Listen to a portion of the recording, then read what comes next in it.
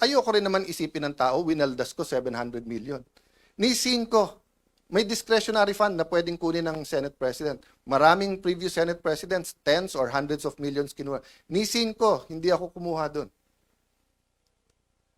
Tapos sasabihin nila, 700 million, ginastos ko. Tapos wala. O, unang-una, magaling sa division si Senator Lacson for 2 reasons. Dinivide lang yung 700 by 28 days kasi 25 million or multiply lang 28. Pero mahina talaga siya sa math. Bakit? Because 12 is not 13. Pangalawa, akala ko ba sabi nyo tanggal ako nung June 3? O ilan araw ang May 11 hanggang June 3? O, paano naging 28? Diba? So makikita mo talaga na mahuhuli sa bibig ang isda. Pero bakit nga nanggugulo na nang manggugulo si Senator Lacson? So on one hand, stick tayo to the issue. On the other hand, there are some issues, tactical issues, na kailangan mo sagutin kasi kung hindi, masisira main message mo. So kung ang main message natin is good governance, tapos akala ng tao may anomalya sa 700 million. So sabi niya, isipin mo, walang productivity. O bakit ngayon break Every day ngayon, 25 million. So kung ngayon sasabihin ko, ang grupo ni Lacson at ni Gatchalian, 25 million today, walang nagawa. Tomorrow, 50 million, walang nagawa. O sa Monday, kung 5 araw na, 125 million, walang, naka-break tayo Meron pre-trial Diba? So wag natin lokohin ang tao.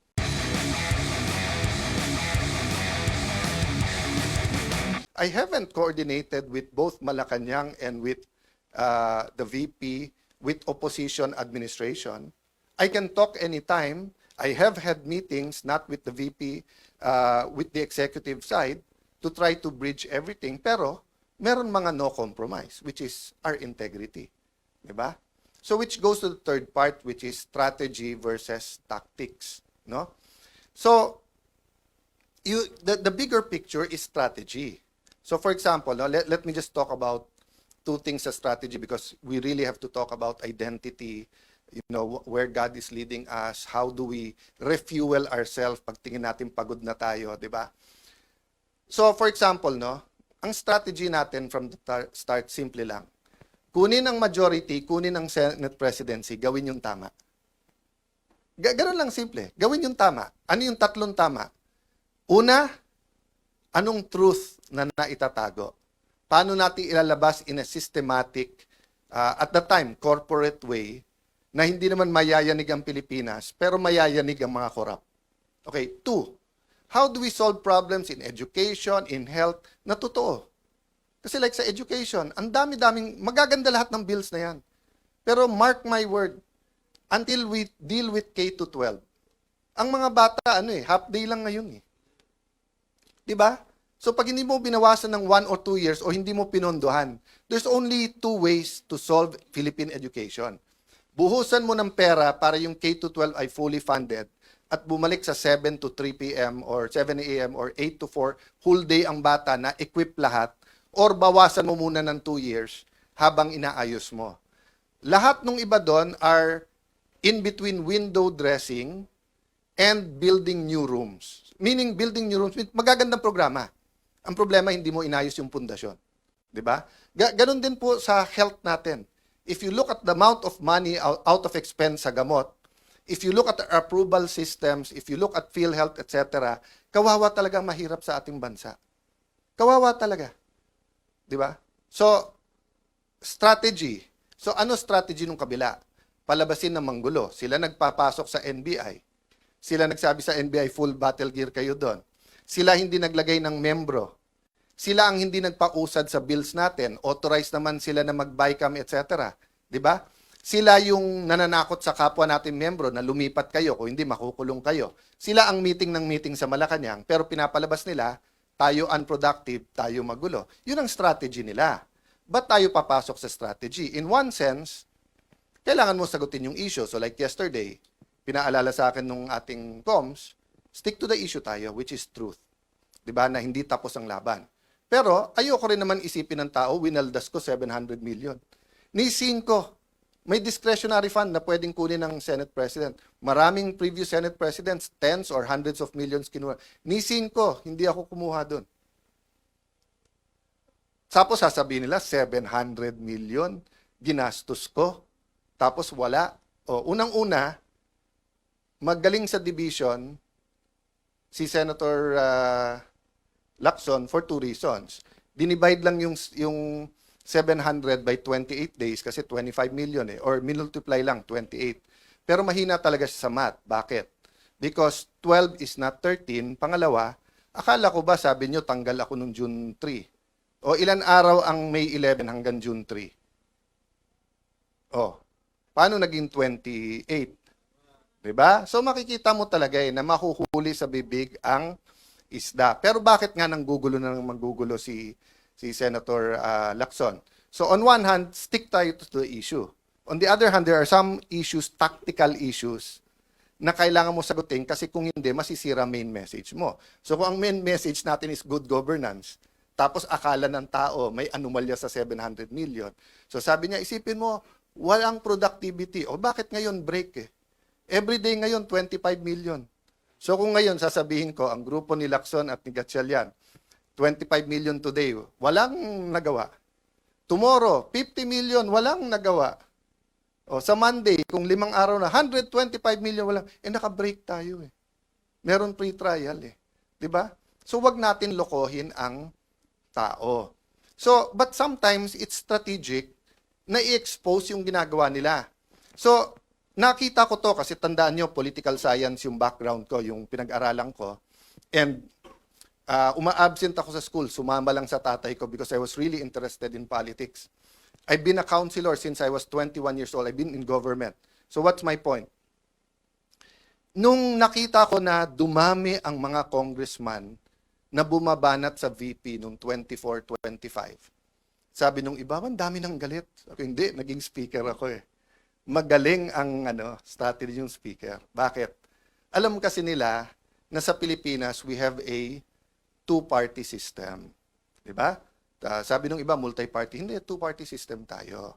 Diba? Party on Friday, party on Saturday, election sa Monday, Tuesday, lahat kakampi na sa administrasyon. May maiiwan lang na konting oposisyon. So in a sense, two-party, administrasyon, oposisyon. Diba? Medyo unique lang ngayon kasi yung mga Pinklawan, Dilawan, kumampi, Marcos na rin.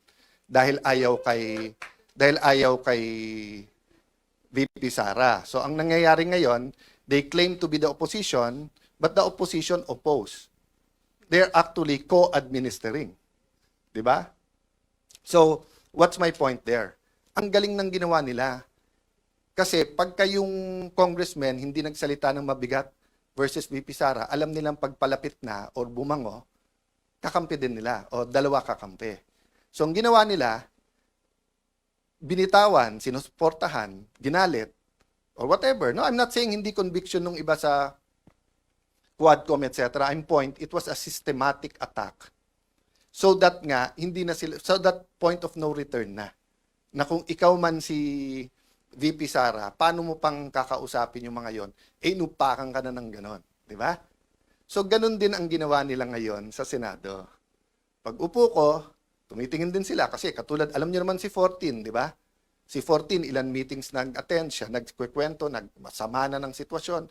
Etong si Senator Lacson, kung ano nang ginagawa. Tapos nung nagbilangan na, kumampi doon, siya din eventually kumausap sa ibang kasama na bumaliktad, si 14. So ang point ko, anong ginawa nila? Imbis na dumami tayo by them going to us, nung nag-meeting sila, take turns tayo lahat umupak. Kaya alam ko sa grupo nila ang pinakamatalino, si Lito Lapid. Kasi si Lito, parang kasama nyo na ako, pero wag nyo nang asahan, umupak pa ako. Di ba? I mean, si Lito's the most honest and practical. We're here together, this is politics. Pero wag na tayong gumawa ng imbento tungkol sa kasama natin. Pero sila, nag-take turn sila. Liberal, kayo naman. Rafi Tulfo, ikaw naman. But makikita mo yung diferensya nila eh. Sabi ni Rafi Tulfo, hindi daw sila Malacanang. In other words, hindi sila tuta. Okay. But doon mo makikita yung graduated din experience. Bakit? Kasi si Senator Tito Soto and Senator Raffy Tulfo, at least sila tuta ng Malacanang. Pero si Erwin Tulfo, tuta lang ni Lacson. Hindi siya tuta ng Malacanang.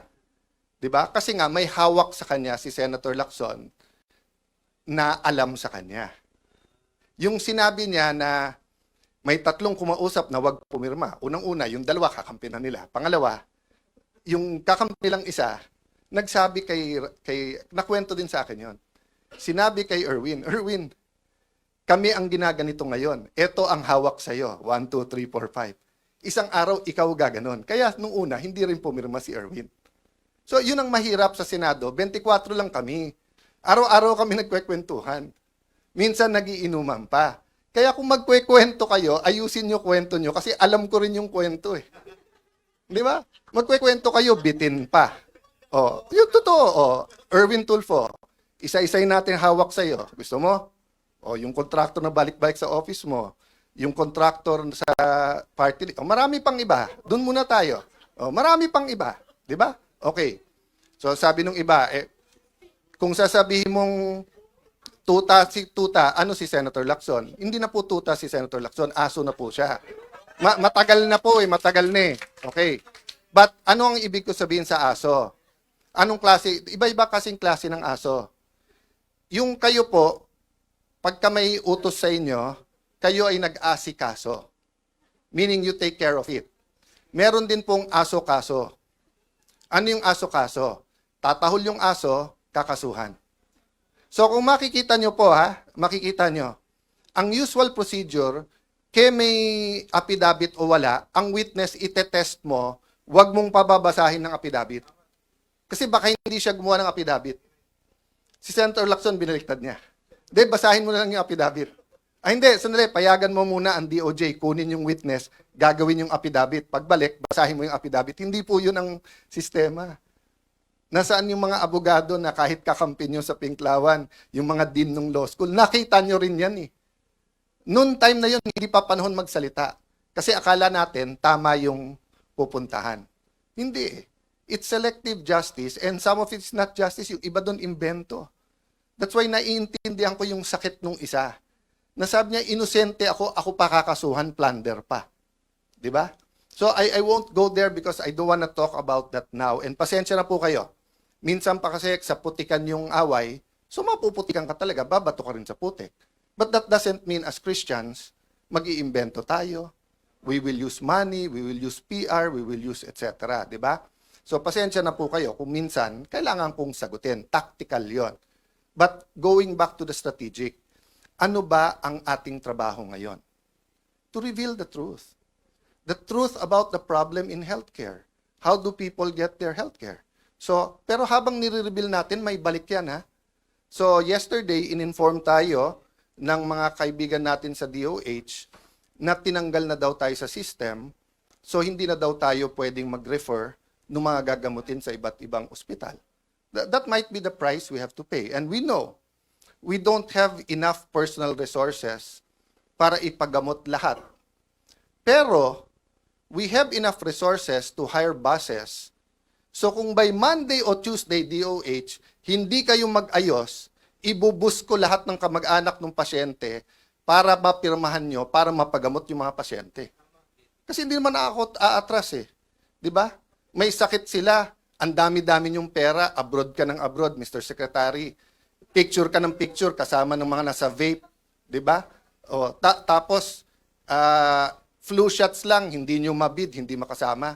Tapos just because ang tingin mo, wala na ako ngayon sa paningin ng Malacanang, tatanggalin mo yung privilege namin. Oh, Senator Lacson, sir, sabi mo,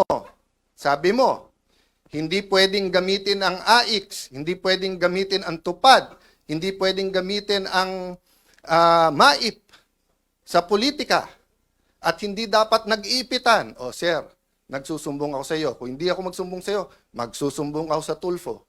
Oh. Pero, hindi kay Erwin at hindi kay Raffy. Doon ako kay Ben magsusumbong kasi si Ben walang kontrata sa gobyerno eh. 'Di ba? Walang tinatago eh, walang ano, 'di ba? Ay I'm not close to Mon Tulfo. I'm one of his punching bags, even during the time of Duterte time. Pero si Mon, wala rin kontrata sa gobyerno, sa pag-alam ko. So I respect him. Even if he's not in favor of what I'm doing, kahit tinitira niya ako. I also respect Ben, nakikita-kita ko, di ba? Pero si Erwin at si Rafi, paano ko rerespetuhin ko? Paano ko rerespetuhin? Di ba, alam ko kung sino kayo, anong ginagawa nyo, alam ko kung anong hawak sa inyo. Tapos aaraw-arawin nyo ako sa media. Magdebate tayo, sabihin nyo yung topic, yung debate ng katotohanan, debate ng flood control, debate ng contractor, di ba? Huwag tayo magdebate ng kung ano-anong gusto nyong topic na nililihis nyo lang sa mga nangyayari. So again, mga kasama, tama yung narinig nyo, inuumpisahan na kami. Actually, to be fair ha, for a long time, Senator Amy and Senator Bongo, pinagtatanggalan din ng mga pondo. So, ang sabi nila, daan-daan bilyon ang para sa ayuda at hindi ito pwedeng gamitin sa pagpapamango, which is not true ha, also. Nung nagkaroon ng oil crisis, nung Israel, open na silang may picture, may pangalan sa pagdidistribute eh. Pero okay lang kasi at least nakukuha ng tao. So don't get me wrong ha. As long as yung mga pasyente na asikaso, it doesn't have to pass through my office. Ang problema, pumunta sa opisina nila, sila nagsasabi, pumunta ka sa congressman, senador. Pagpunta naman nila sa congressman, senador, ay dito sa congressman na to kasi kakampi ng Malacanang. Dito kakampi, di ba? So, let me address myself to Senator Win because paulit-ulit siya nung siya ang chairman ng Committee on Finance. Sabi niya, walang politika sa pondong to. And I believe him. I believe him. When he was chairman of Finance, sabi niya, walang politika, pare-pareho to. At yung amounts natin bilang mga senador, walang lalamang, pare-pareho tayo. O, Senator Win, you're now the Senate President. May DOH Secretary ka, namumuliti ka. O, the ball is in your hands, di ba? Pero papayag ba tayo? Sa atin, ano ba ang isang weekend? Pero yung may sakit na hindi matuloy yung CT scan niya, hindi matuloy yung MRI niya, hindi matuloy yung dialysis niya, that can be fatal, 'di ba? So sasabihin niyo kami namumuliti ka, 'yun ang ginagawa niyo. So sorry. Mapupunta tayo sa politika because we have to fight the daily battles. But my point is strategy versus tactics. Daily battles versus the war. The war is really for the kind of Philippines we want. Diba? And yun ang last ko sasabihin, we have to articulate that. We have to articulate. So yung mga men and women of God na nandito ngayon, na you will be speaking on those topics, pasensya na po kayo kung napunta ako sa daily battles. But that's what we're facing. And iba-iba tayo ng trabaho. May taga-fast, may taga-pray, may taga-encourage, may taga-luto, may taga-linis. Diba? So, we're all part of that giant puzzle that the Lord has put. But as long as we said, Lord, use me, Lord, send me, I think we'll be okay. So sa lahat na nagpre-pray for us, lahat ng nagtatrabaho for us, guys, kayo yung inner core. So don't lose faith. Some of you didn't sign up for this, but even if you didn't sign up for it, you had in your mind the kind of Philippines you want. So, 'di ba yung balik tayo doon sa na Lord, save mo ako. Pinadalang kita ng helicopter, 'di ba? So, in your mind, you probably had a different way. 'Di ba? So kung tingin yung education yung problem, you're probably drafting a super good bill on education, 'di ba? Or if you're talking about local government, baka nakadikit kayo sa pinakamagagaling na local government sa Metro Manila, dumikit kayo sa Taguig, sa Pasig, sa Manila, sa Quezon, whatever, 'di ba? Dumikit kayo sa Cebu, dumikit kayo sa Davao, sa Peace and Order, and you think that's the way. But his ways and his thoughts are not ours. 'Di ba? In the same way, let's not say na yung ginagawa natin yun ang way ni Lord. Hindi. Tuloy-tuloy tayong nagdi-discern. But guys, ang point ko po, kung kayo'y nagdadasal for a new Philippines, a renewed Philippines, kayo nagdadasal for revival, it's here. It's here. So let's not only let's do more. Let's not only do more or work harder, let's work more intelligently. And wag natin pagpilitan ang ways natin. Day by day to. Every day pagtulog, Lord, thank you, wala pa kaming kaso. Thank you, Lord, may AX pa kami. Wala lang MAIP. Thank you, Lord, na buhay pa kami. Paggising sa umaga, ganun din. Di ba? That's what walking by faith means. Hindi mo kita, pero alam mong dadating. Hindi natin nakikita yung klase ng Pilipinas na gusto natin. Pero sabi ng Panginoon, for I know the plans I have for you, plans to prosper you, not to harm you, plans to give you hope in a future.